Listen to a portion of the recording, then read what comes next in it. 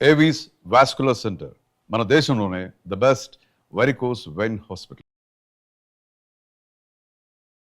నమస్తే రమ్మగారు. నమస్తే జయ. రమ్మగారు, ఇంట్లో మనం రకరకాల భగవంతునికి దీపం పెట్టుకుంటాం.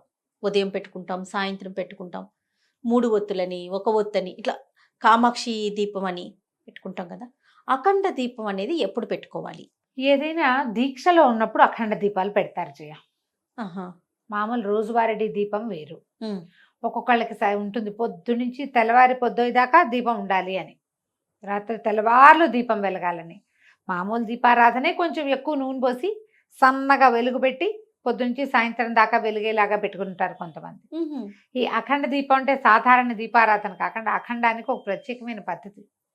బియ్యము ధాన్యం పోసి ఉమ్, తర్వాత దానికి కాస్త అలంకారం అది చేసి అప్పుడు ఈ పెద్ద దీపం పెడతారు. పెద్ద ప్రమిదిలో వేస్తాం కదా. పెద్ద ఒత్తేస్తాం.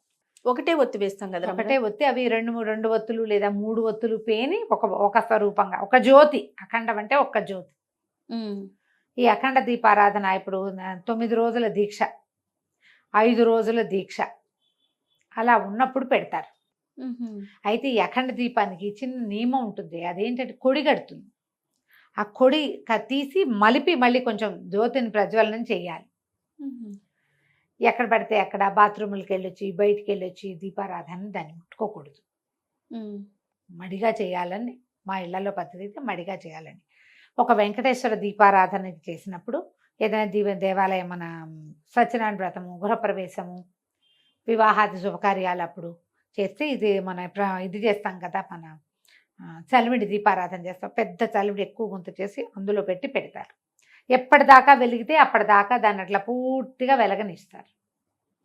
వెంకటేశ్వర దీపారాధన కూడా అంతే. పెద్ద ప్రమిద పోసి ఒత్తి ప్రమిద పెట్టి అందులో బాగా ఆవునై పోసి అంటే ప్రత్యేకించి వ్రతాలు చేసేటప్పుడు అట్లా కొందరి ఇళ్లలో ఉంటుంది. కానీ మనం అఖండం అనగానే దసరా 9 రోజులు, వసంత నవరాత్రులు. వసంత నవరాత్రులు అంటే చైత్ర శుద్ధ పాడ్యమి పండగ నుంచి మొదలుపెట్టి రాముల వారి పెళ్లి పండగ పట్టాభిషేకం దశమి నాటి దాకా ఉంచుతారు.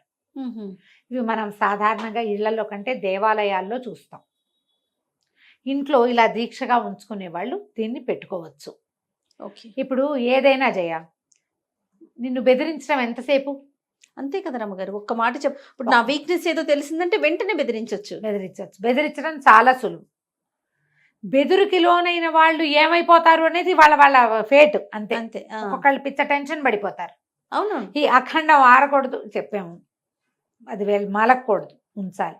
ఉంచగలిగితేనే పెట్టు. నువ్వు పెట్టాలి, అది మలకూడదు. నువ్వు ఒళ్ళు దగ్గర పెట్టుకోవాలి అంటే పెట్టకపోయినా పర్వాలేదు. రోజువారీ దీపారాధన చేసుకోండి.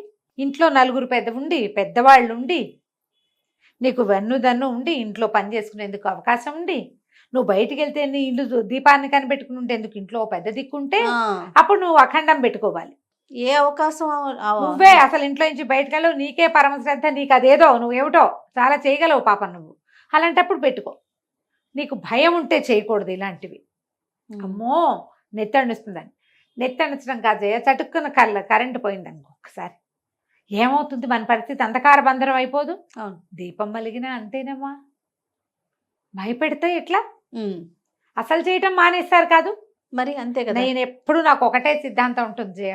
మీరు ఇది ఎక్కడ చదివారు అని అడిగారు ఎవరో నన్ను. ఎక్కడైనా చదవాలా? ఆలోచించం మనం. చదవాల్సిందేనా మనం? రోజువారీ దీపారాధన చేసుకో.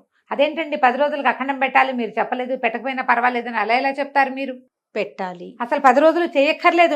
మీరెవరు కూడా చేయక్కర్లేదు. మీ ఇంట్లో లేకపోతే చేయక్కర్లా. మరి అది కూడా చెప్తున్నాగా. ఇలా అడిగితే ఉంటే దానికి చెప్తున్నా, నువ్వు చేయగలిగి నీకు ఇంతమంది ఉంటే మీరు ఇంట్లో అఖండం పెట్టుకోవచ్చు. ఓకే. ఇవి కాకుండా ఇంకా సప్తాహం చేయాలనుకుంటాం మనం. ఏదైనా భాగవత సప్తాహం 7 రోజుల భాగవతం చదవదలుచుకున్నాం మనం. ఓకే, చేయొచ్చు. కృష్ణాష్టమికి ముందు ఎప్పుడో మొదలు పెట్టుకుని చేసుకోవచ్చు. లేదా ఏ బాబా గారి పారాయణో చేస్తారు, గురు చరిత్ర పారాయణ 7 రోజుల్లో చేయదలుచుకున్నాం. అలాంటప్పుడు కూడా మీరు అఖండం పెట్టుకోవచ్చమ్మా. మీకు ఈ వనరులు ఉండాలి. ఎవరైనా మీ దీపాన్ని సంరక్షించే ఇంకో మనిషి మీతో పాటు, మీకు ఇంట్లో చిన్నపిల్లలుండి, మీరు సేవ చేయవలసిన వృద్ధులుండి, మీకు ఉద్యోగం ఉండి, అలాంటప్పుడు పెట్టుకోవద్దమ్మా. చేయబోకండి. చేయటం వల్ల చేయగద్దు అంటే మానేయమని అంటల్లా. మీకు చేయగలిగితే అనే క్లాజ్ ఉంది. ఎస్. మనం అది చేయలేమనుకుంటే చక్కగా 2 పూట్ల దీపారాధన చేసుకోండి. హాయిగా ఈ అఖండం పెట్టి ఇంత దీపం పెట్టి దాన్ని కాపాడాల్సి వచ్చి కాపాడలేకపోతే దిగులు పడి బాధపడి లేనిపోని టెన్షన్లు తెచ్చుకుని మనకున్న టెన్షన్లు జాలనట్టు మరి ఎందుకు వచ్చిన గోల? ఆ గోలలోకి దిగద్దు. మనం ఇట్లా నవరాత్రులు, దసరా నవరాత్రులు, ఇప్పుడు నిన్న వారాహి నవరాత్రులు అయినాయి. ఈ నవరాత్రులు చేయదలుచుకున్నారు మీరు, గుప్త నవరాత్రులు. మనం చెయ్యం, మన వైపు లేదు. కాకపోతే మీకు చేద్దామని ఏదో ఒక ఆసక్తి కలిగింది, అమ్మ అనుగ్రహం లభిస్తుందని భావిస్తున్నారు. ఓకే. 9 రోజులు పెట్టుకోండి. రేపు మళ్ళీ మాఘమాసం, మళ్ళీ మాఘం వస్తే మళ్ళీ వస్తాయి. ఇంకొక 2 నెలలు పోతే ఇవి వస్తాయి. మళ్ళీ గణేష్ నవరాత్రులు చేస్తారు. కావాలంటే అట్లాంటి రోజుల్లో ప్రత్యేక దినాల్లో చేయగలిగితే చేయొచ్చు. 5 రోజులు చేయదలుచుకుంటాం, 5 రోజులు అఖండం పెట్టుకుని చేయదలుచుకోవచ్చు, చేయొచ్చు. చండీ పారాయణ చేయటం.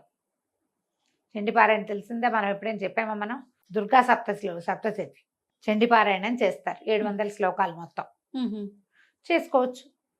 అన్ని రోజులు పెట్టుకోవచ్చు. ఒక్క రోజులో ఏదో పూర్తి చేయదలుచుకున్నాం, అప్పుడు కూడా మనం మొదలుపెట్టిన దగ్గర నుంచి మన మొత్తం అయ్యి దీపారాధన పూర్తిగా కైంకర్యాలన్నీ జరిపేదాకా దీపాన్ని ఉంచుకోవచ్చు, కాస్త పెద్ద ప్రమిదలు పోసి. ఇదే పద్ధతి. మనం ఈ అఖండాలు ఎక్కడ చూస్తాం అంటే మఠాలు, పీఠాలు, దేవాలయాలు సంరక్షించే జనం బాగా ఉంటారు.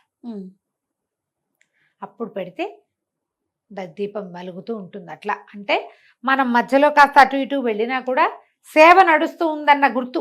అంతే అంతే. మనం మన జీవితకాలంలో అవసరమైనవి ఉంటాయి కదా. అవును. జీవితంలో మనం బాత్రూమ్లకు వెళ్ళాలి, అవసరాలు ఉంటాయి, ఆహార స్వీకారం చేయాలి, ఎవరైనా వస్తే తాంబూలాలో భోజనాలో ఏవో ఒకటి చూసుకోవాలి. కానీ నీ సేవలో నేనున్నానని చెప్పడానికే అఖండాన్ని పెడతాం. వదిలేసినట్టు కాకుండా ఆలోచించి పెట్టుకోండి. ఇంట్లో పెట్టుకోవచ్చు. ఇట్లా ప్రత్యేక సందర్భాల్లో ఎప్పుడు పడితే అప్పుడు చేయకుండా ఇలా మనం కంటిన్యూస్ సేవాకాలం జరిపేటప్పుడు ఖచ్చితంగా పెట్టుకోవచ్చు. పెట్టుకోవచ్చు. రైట్ రమ్మ గారు, నమస్తే. నమస్తే.